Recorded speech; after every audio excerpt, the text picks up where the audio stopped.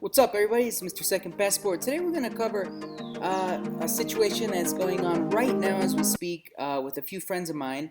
Now, I can't give details, obviously, because identities should be kept secret. But it's one expat's journey or nightmare, you could say, while currently shipping a container to Ecuador and moving here, currently here in 2020. So let's get right to it. What is the situation? Well, first you have to understand kind of how it works. Basically, in North America, wherever you're from, you hire the shipping company. They'll come usually with the container on a truck, and you have to fill it and do an inventory and give it to your shipper. Uh, and the cost can be anywhere. Right now, I'm seeing with a few different examples of people who've just shipped here in 2020 around, you should expect to pay around $8,000 to $10,000, and it can be closer to the 10,000 figure if you use like a little helper.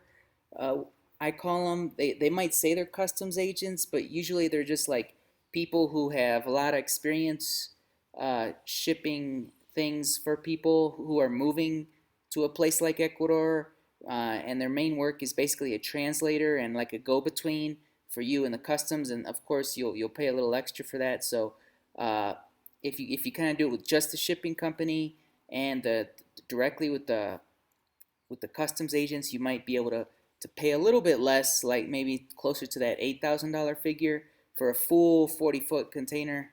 This is just from North America, the examples I've seen, to Ecuador. So from different places, the cost may vary. So that's what the cost normally is.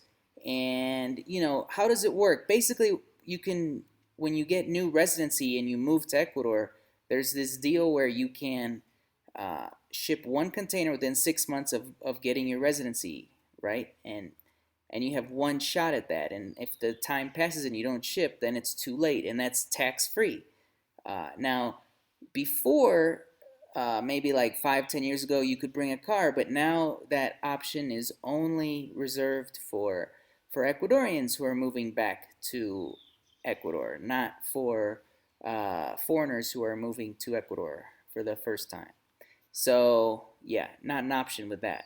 So you got to do that, right? That's the background. That's the basics. So what was my friend's big mistake that's going on right now?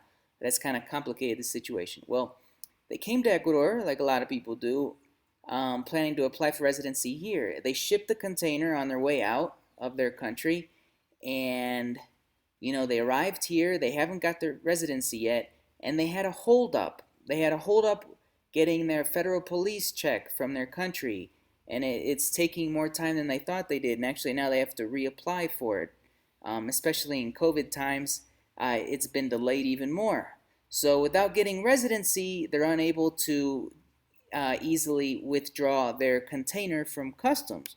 And the container already arrived a few days ago. So what are they going to do? What now?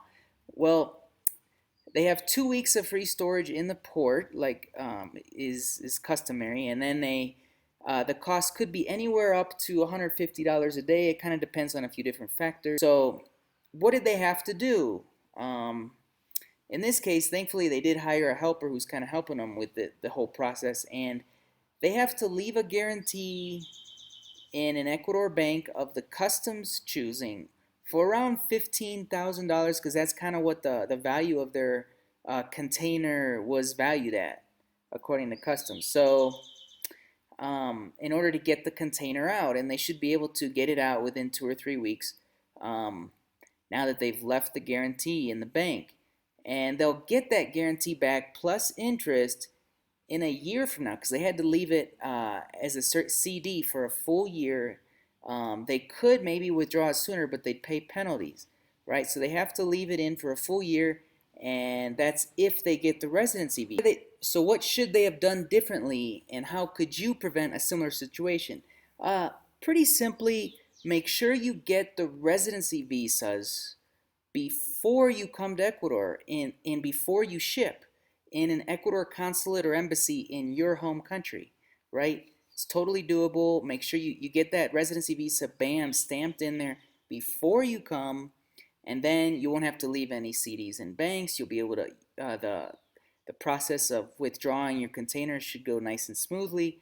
And that's pretty much it. Anyway, I'm Mr. Second Passport. Don't forget to hit the like button and the subscribe if you want to be notified of more videos just like this as soon as they get released. Take care.